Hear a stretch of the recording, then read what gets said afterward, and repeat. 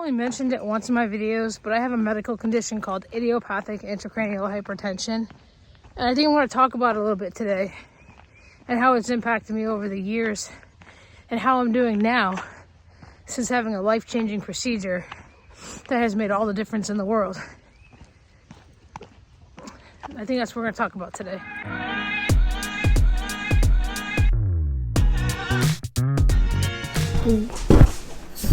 Oh, morning, it's day 68. Workout with Mo Day, just waiting for Mo to call. Back still bothering me a little bit at night again. It started back up. And our new thing is when we get up to use the bathroom in the middle of the night, then going and sitting with Axel and rubbing his belly because he's laying on his back. Right, buddy? We like belly rubs. All right, I'm going to get set up.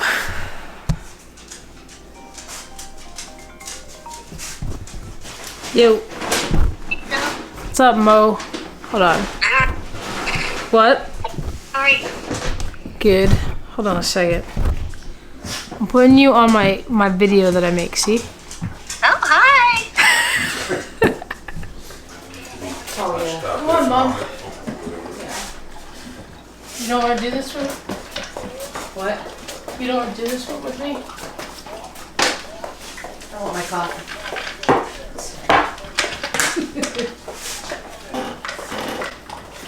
Mo, she doesn't want to work out with us. Oh, she made you hurt Mo's Yeah, feelings. Monica's feelings are hurt. I'm sorry, Mo. She's not a sensitive person either. Mo is definitely not the sensitive friend.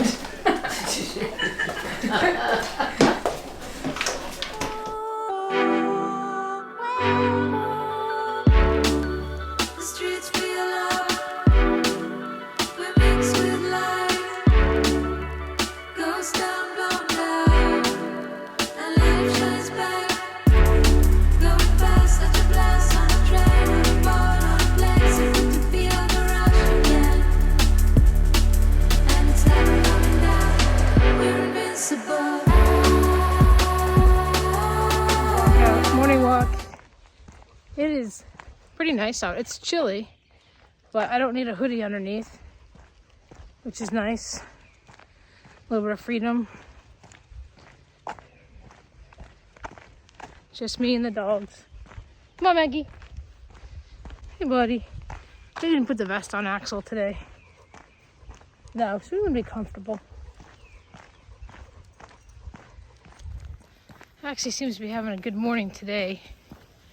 He walked with me yesterday, and then the neighbor loves to take him and took him, but he wasn't up for it, the second walk. I don't know if I said this morning, so we're going to take Exie for a quick vet appointment just to see if he can feel the swollen lymph nodes, like if he sees a big difference between when he saw him 2 weeks ago and didn't really notice the lymph nodes, just to kind of see how quickly it's progressing. Just give me a little peace of mind. He's home with me all day, and you're constantly like, is he okay? And the breathing throws you off from the steroid. I just want to make sure we don't hold on too long. This is a good chance here that he just passes, from what we're told.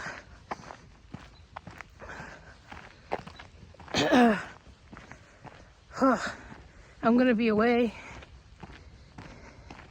for a few days, not long, and I'm so afraid it's going to happen then. I'm not going to be with him.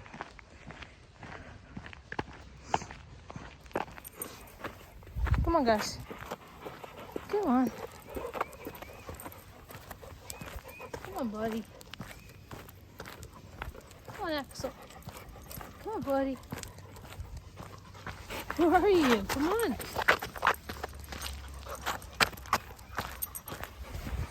Come on, guys. Come. Moose. Maggie, come. So let's talk about idiopathic intracranial hypertension. I was diagnosed back in 2006, late 2006, because I was having some blurred vision, but I noticed that I could still read far. It wasn't affecting my reading. I didn't realize that at the time, but it was in my peripheral vision. Went to an optometrist thinking I just needed glasses. Most of my family has them. It was my turn. He says, I actually even argued over a certain picture they wanted to take of my eye. Turns out that picture showed swollen optic nerves.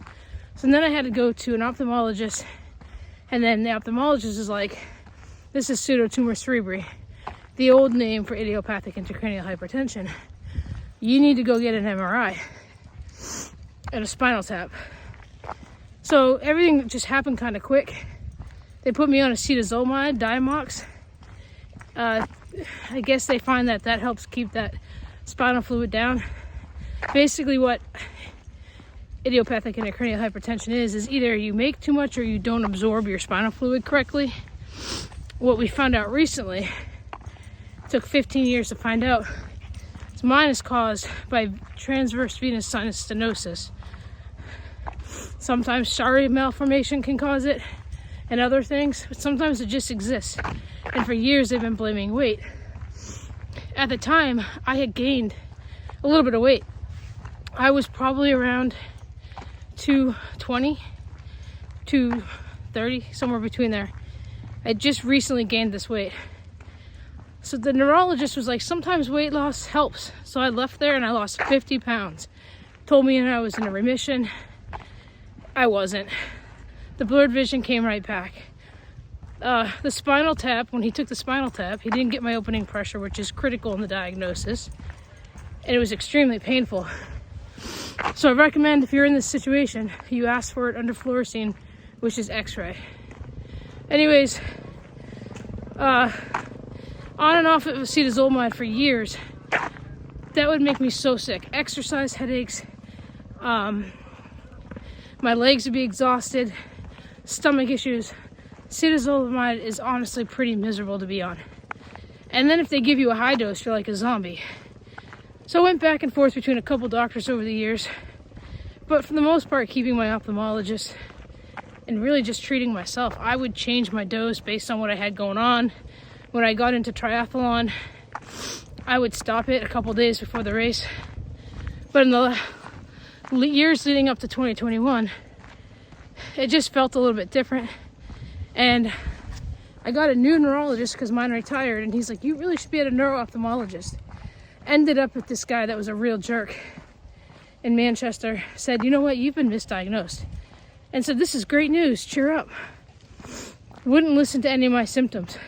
See, my nerves weren't always showing swollen, but I was having symptoms. Pressure changes, sitting to standing, headaches building while laying down, whooshing, just sound like everything's crazy, tinnitus.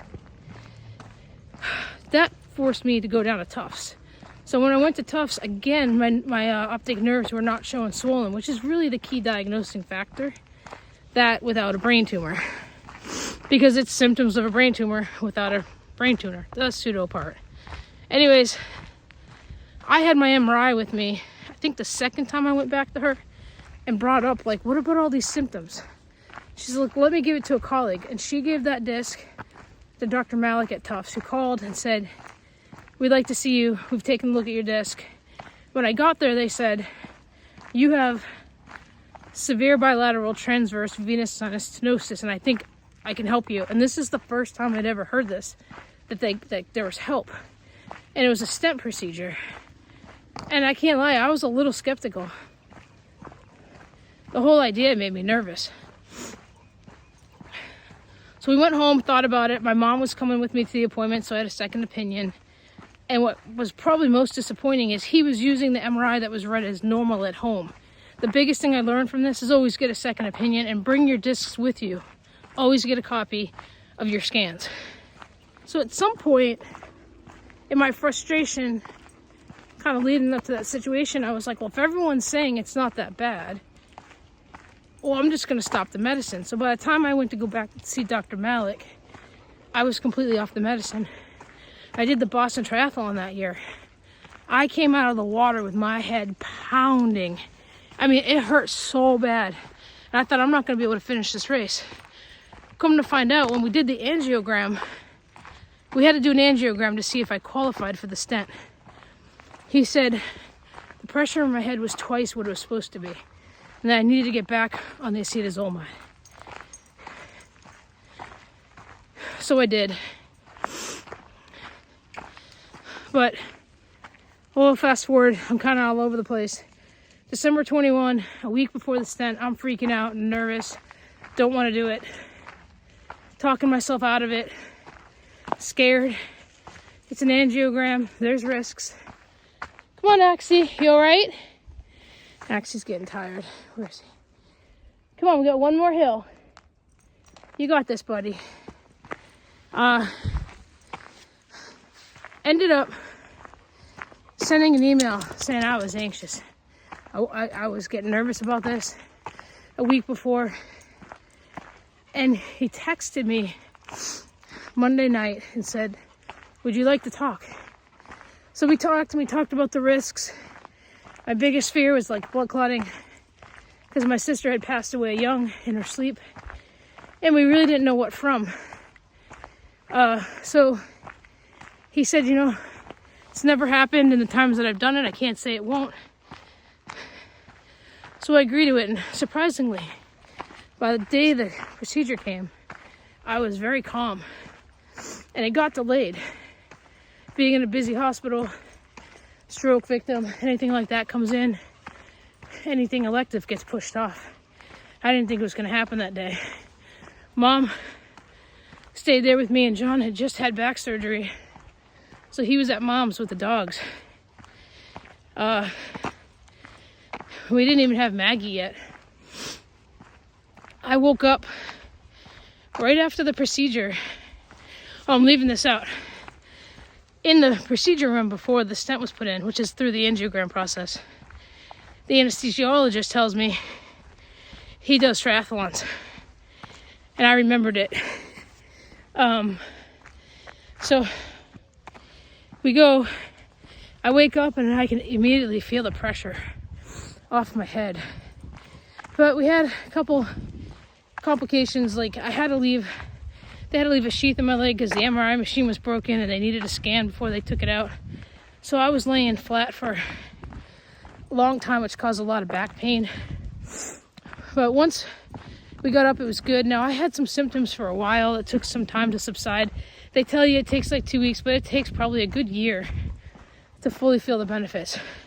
I'm not cured, but my right transverse venous sinus is now open. But then we find out a few months later that it's 60% blocked, and we don't know why. So I had to go on like 3 blood thinners after this, which was, I mean, I barely bruised when we had first started the blood thinners, but now I was bruising all the time. Now the blood thinners going through this wasn't horrible, and it was scary not knowing why. We're still not even sure exactly why. He's had it happen one more time since. But right now it has gone down some like 50% blocked now, which it really didn't move for the longest time. But following the stent, I lost a bunch of weight. I've gained it back. We're getting it back off now. But anyways, the gist of it is, I got the stent almost 4, it's been just 3 years now.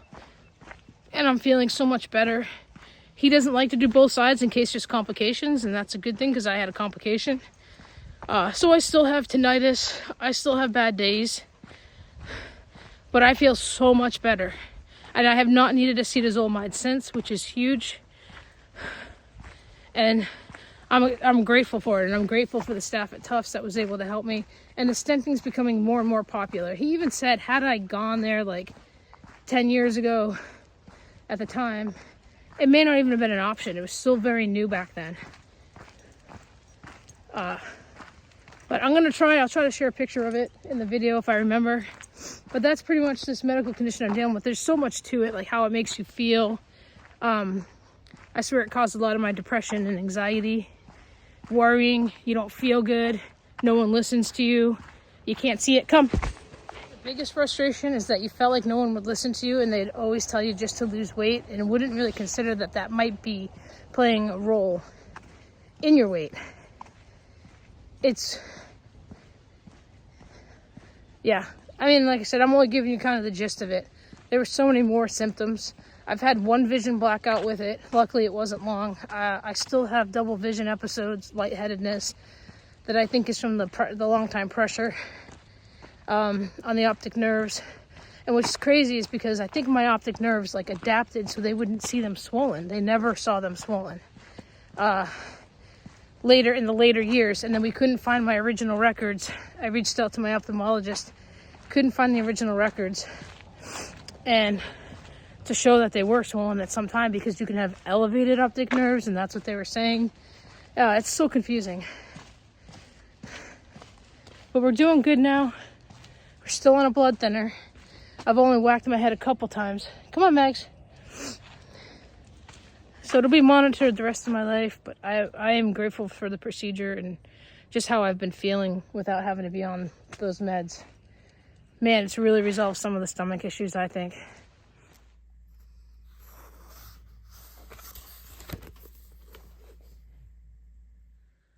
Wrapping up day 68. It has been a day. We had Maggie's puppy. Hazel lives across the street, so Maggie and Hazel love to run around and play. And Moose is old, but he likes to run with them, and I let him because he's happy.